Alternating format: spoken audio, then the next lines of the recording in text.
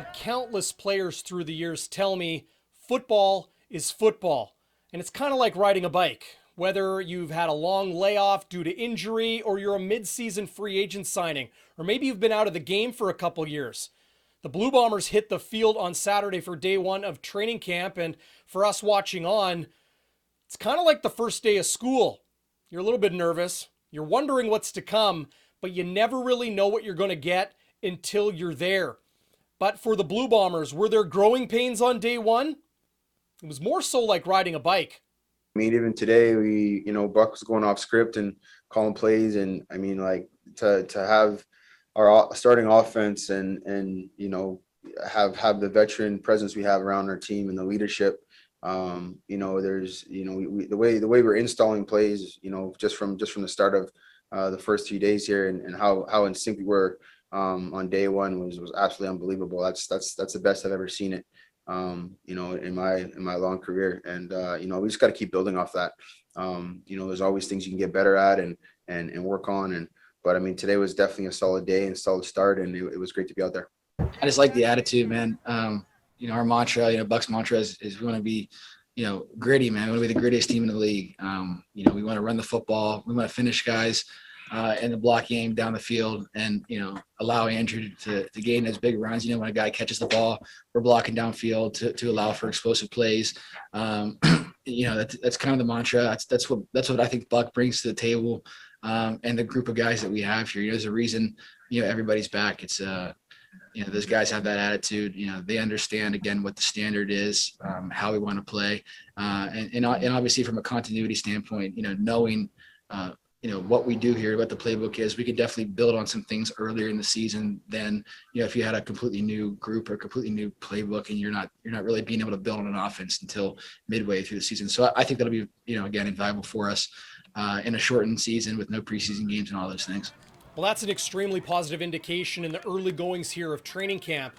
But with any veteran presence and the continuity the Blue Bombers have, I think it's safe to say it goes beyond the X's and O's. As Zach Collaros explains, it's bringing a lot of high morale, confidence, and energy. When, you see, Stan and Patty walking toward you and Mike, and, they kind of get that grin on their face, and, Willie's coming out and Biggie, and they're yelling, hooting, hollering, and bringing that energy. And, Andrew's got that cool, calm, and collected. And you look over at him and he's laughing about something. It's just kind of, I don't know. It's a calm kind of energy, but then once things keep going, it's, there are certain guys that are louder. I don't know. It's hard to put it into words, but it's kind of like finally we're here. Like we've been waiting for a long time.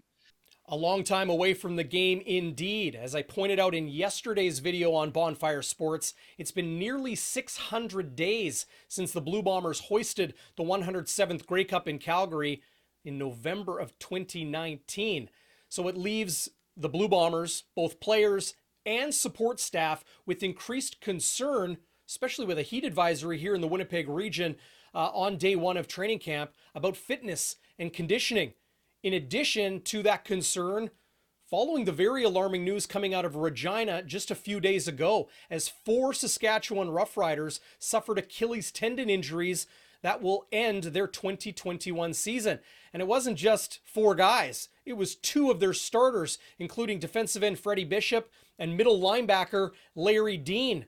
How about their second overall 2021 draft pick in Nelson Lacombo and running back Jonathan Femi Cole?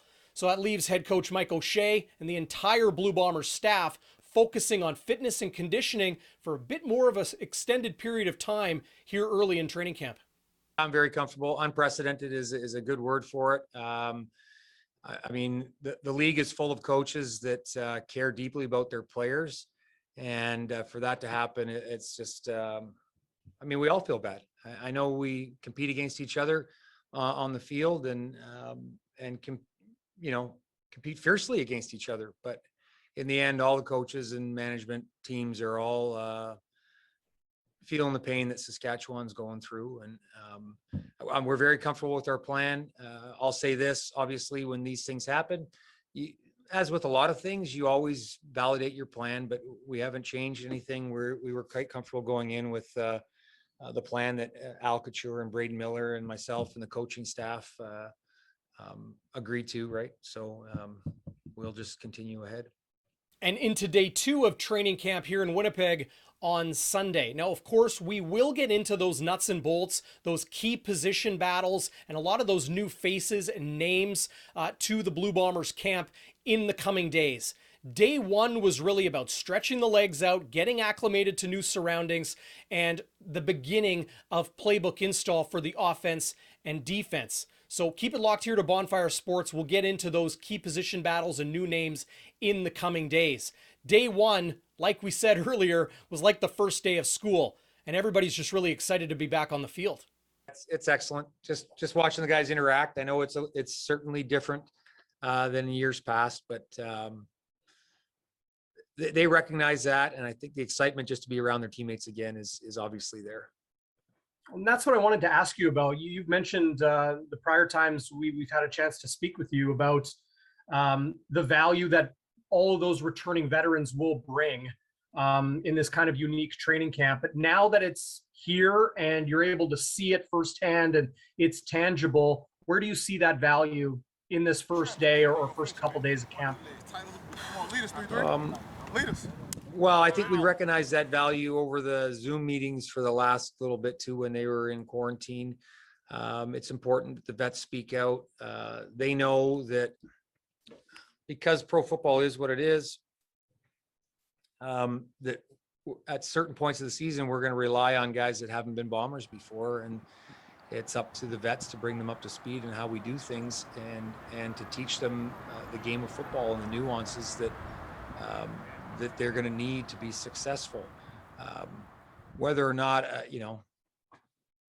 things happen, injuries happen. So it doesn't change the opinion of the guy who gets injured. He still wants to win. So it's important that the guys around him know what they need to do to help us win. So, and that's not just up to the coaches, right? It's up to the vets to bring these guys along very quickly. It's a shortened season. It's a sprint. There's no exhibition games to really sniff some of this stuff out. So it's up to the vets to bring these guys along, because once again, in the end, they all are here for the same reason. That's to win.